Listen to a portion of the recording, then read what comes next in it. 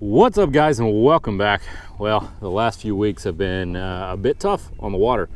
It has been very inconsistent. The weather has been constantly changing. It's extremely windy one day and then it's completely flat the next. The water temperature is changing. There's just a lot of inconsistencies, and that makes for inconsistent fishing.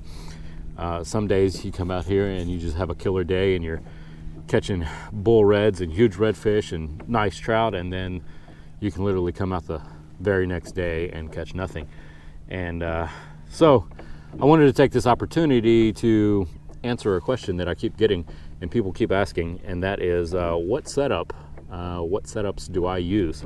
And so I want to go over 3 different fishing rod setups that I use that may help you catch more fish, especially during these inconsistent days and weeks that we've had in the past and probably upcoming. So here it is. This is what I use.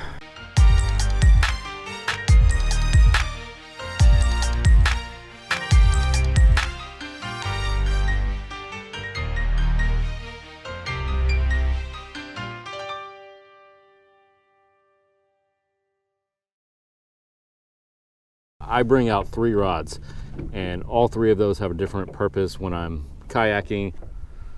So the first rod I use, I set up specifically for a topwater or a corky like this. Now this is a rod that I use first thing in the morning early, and that's when I put on my topwater to really kind of capitalize on that early morning feeding frenzy that a lot of fish have, especially during those tidal movements, if you can hit that. But generally topwater earlier in the day, and then later in the day I'll switch to a corky and fish that a little bit. Now all of my rods, I do use 20-pound braid as well as a 20-pound fluorocarbon leader. This is tied here with a uni to uni knot, and that is really my first setup. Now this is the Cajun Custom Revenant Elite. This is a medium power fast action rod, and that's what I really like for topwaters and some of the heavier lures like corkies. Now I will show you a little bit of footage of some topwater action, some of the times that is great to use that early in the morning or even midday when the water temperature starts warming up. You can switch over to a corky or switch back to a topwater and really capitalize on that. But let me show you some of that footage.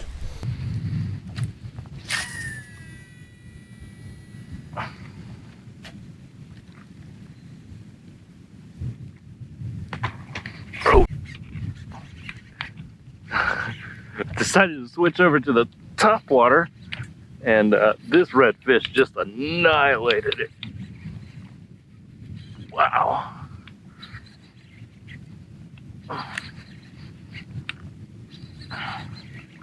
Yeah, that's what I like to see when they hit it like that. Oh man. This one seems good. Sounded good. Yeah, he annihilated that topwater.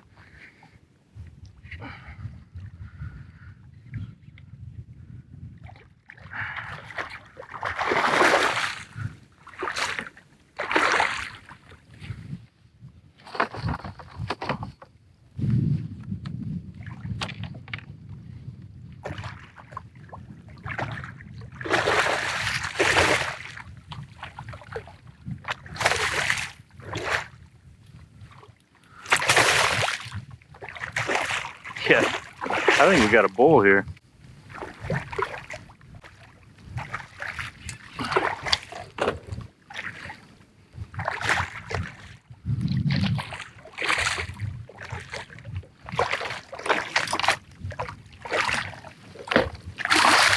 Come here. This is a good one, dude. It's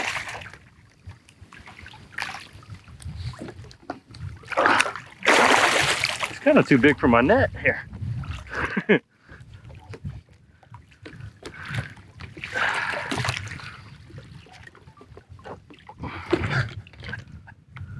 Well, that's a tank.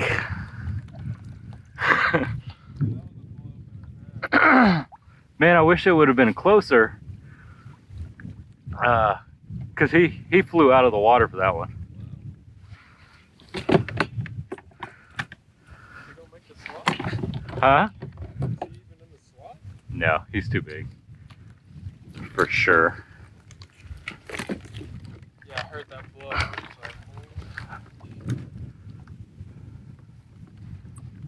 So How are we gonna do this?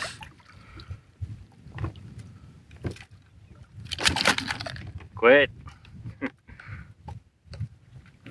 Really trying not to get stabbed here. what's playing around?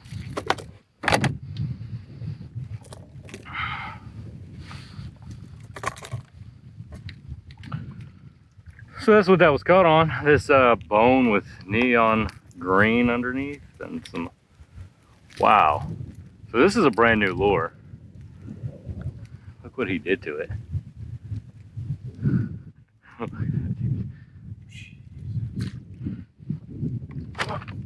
All right, let's measure him. Well, triple's already worth it.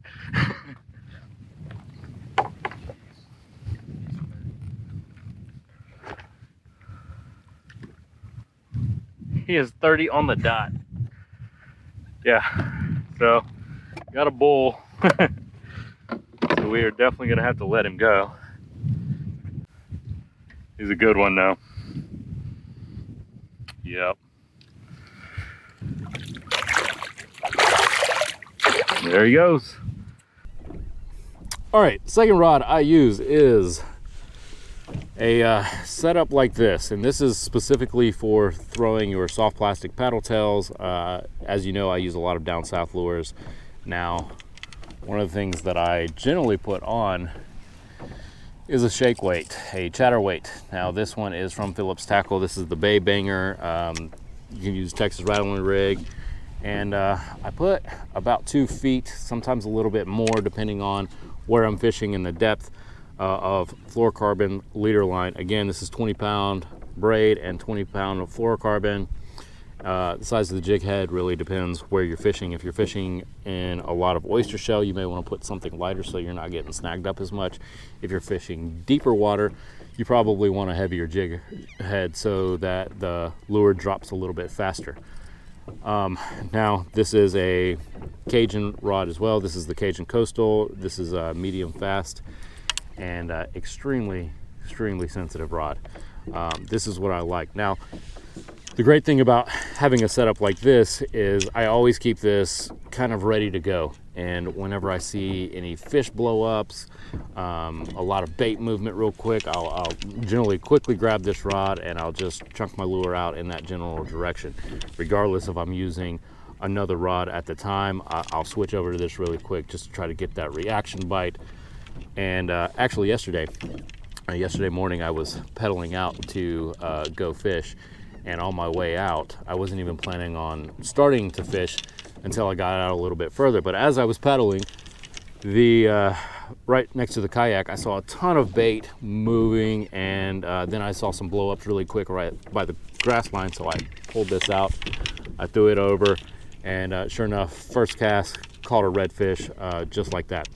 And I ended up catching 4 fish back to back, 2 redfish, 2 trout, just by seeing that blow up and having this ready. So this is one of those rods that I always have on hand, always ready, that I can grab really quick and chunk out there.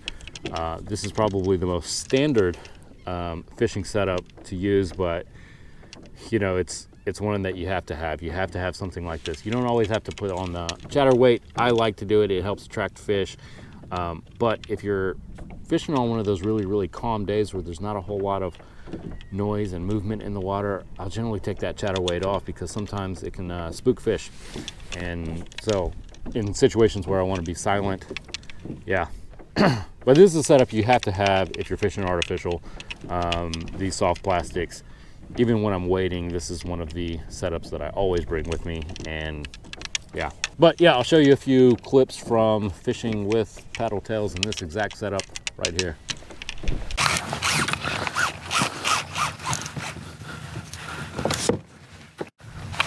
Man, this dude pulled so much drag. Come on. He slammed that lure.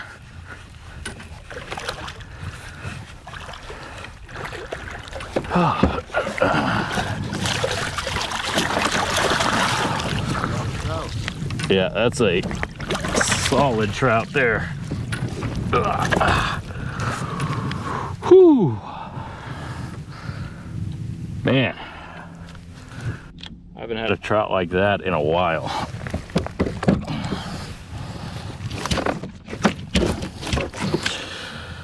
Yep. We're gonna go ahead and drop the power pole for this one.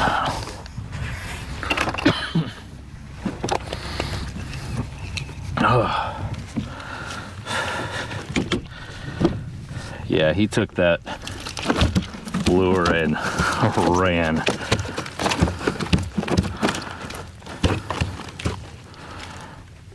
They sure aren't making it easy on me today, though.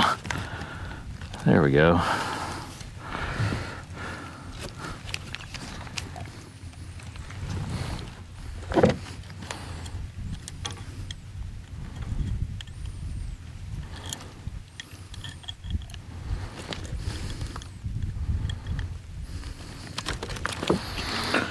And again, on the old Texas Fishing Force color, Pond Hopper Nation lure. Wow. You guys are making me go through lures today. Oh, I'm excited to measure this guy though.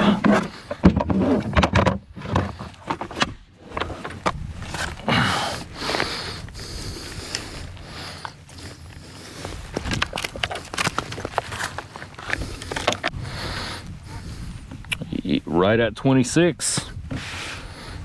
That's a good one. 25 and a half. Solid trout for sure. Look how pretty. Big healthy trout too. That is a great one. Thanks for that. That was a lot of fun. All right, there he goes. All right, and the last setup that I use is a popping cork setup. Now this here is the Phillips tackle. This is the shrimp woody cork, along with a paddle tail. This is a down south lure, bone diamond color. Now I just got this rod, and this rod is absolutely amazing. As you know, most of the time I'm generally fishing with bait casters, but I asked for this rod, and this is made by Triple M Custom Rods. Robert over there, he put this together for me. Check this out, it's got my logo right there on the handle. Pretty awesome, right? This is an extremely sensitive rod, and I asked for this rod specifically for popping corks. A lot of times it's very difficult to cast popping corks with a bait caster. And so a spinning rod is really your best bet when it comes to casting popping corks. So I wanted a rod specifically for that. Now I've done quite a few videos on how to use a popping cork and what I like about them. And but I'll show you some of that footage regardless of using a popping cork and catching some fish. So there we go. There's another one.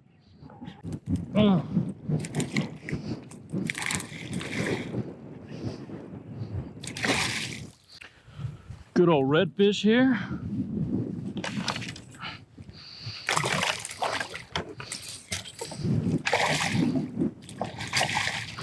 Let him burn himself out for a minute.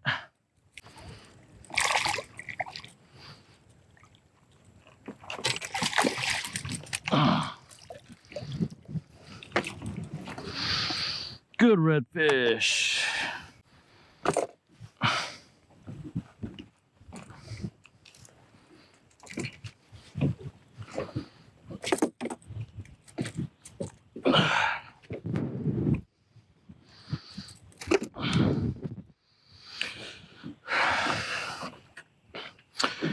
And this was, wow.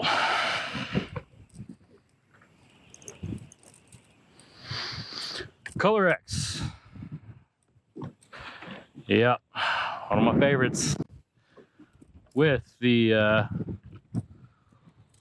Woody's popping cork. This is the pink and orange version from Phillips Tackle. Did the trick. Good old redfish there. Yeah, that's a good one. I like it.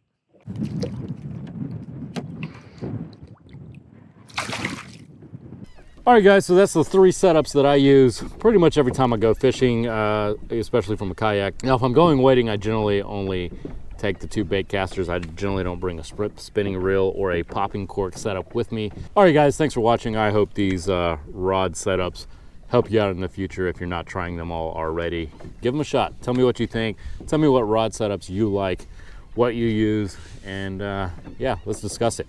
But thanks again for watching. I appreciate it, and we'll see you next time.